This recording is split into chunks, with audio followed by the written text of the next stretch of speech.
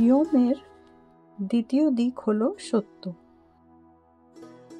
সত্যকে মৌখিক তপস্যা বা বাক্যের উপর নিয়ন্ত্রণও বলা হয়। সত্যবাদী জীবনযাপনকারী ব্যক্তির জ্ঞান, চিন্তা ভাবনা এবং শব্দ সব কিছুই সারিবদ্ধ থাকে। এই কারণেই আমাদের পূর্বপুরুষরা মনসা বাচা কর্মেণ বলতেন এবং মানুষকে সত্যবাদী জীবনযাপন করতে এবং মিথ্যা না বলতে বলতেন। বেদে বিধিবাক্য এবং নিষিদ্ধ বাক্য বলে কথা রয়েছে। বিধিবাক্য আমাদের সর্বদা সত্য কথা বলবার নির্দেশ দেয়। অনুরূপভাবে জ্ঞানকাণ্ডতেও সত্যবাদী জীবনযাপনকে অত্যন্ত গুরুত্ব দেওয়া হয়েছে। সত্যম জ্ঞানম অনন্তম ব্রহ্মা, এটি বেশিরভাগই শুনে থাকবে। যখন আমরা সত্যবাদী জীবনযাপন করি তখন তা আমাদের ঈশ্বরিক জ্ঞানের দিকে নিয়ে যায়। এই জ্ঞানের মাধ্যমে আমরা কি লাভ করি?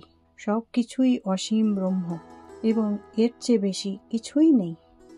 এই ভিত্তি হলো সত্য।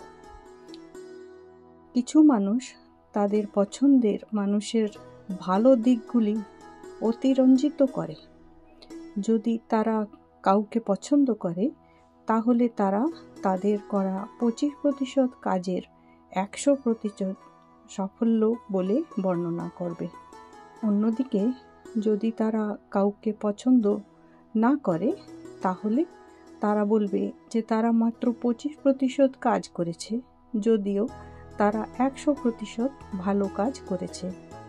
এটিও মিথ্যা বলার একটি প্রকার। এই সবই সূক্ষ্ম ধর্মের মধ্যে আসে। তাই আমাদের অতিরঞ্জিত না করে যেভাবে সেটা আছে সেভাবেই বলা উচিত। তাও এটি নরমভাবে বলা উচিত, কঠোরভাবে নয়। এছাড়াও আমাদের জিনিসগুলিকে সত্যিকারের অর্থে যেমন আছে তেমন দেখতে সক্ষম হওয়া উচিত। উদাহরণস্বরূপ, যদি কোনো ভাই বোন একটি শপিং মলে যায়, কিছু লোক তাদের দম্পতি বলে ভুল করে, তাই না? এখানে মনের পর্যবেক্ষণ সঠিক নয়। যখন মন সত্যের সাথে তাল মিলিয়ে চলে, শান্ত ভাবের সাথে, তখন একটি পরিষ্কার দৃষ্টিভঙ্গি তৈরি হয়। মন শান্ত থাকার জন্য সত্য হলো মূল ভিত্তি। তাই সত্যবাদী হবার চেষ্টা করুন। মঙ্গলম, নিত্য শুভ মঙ্গলম।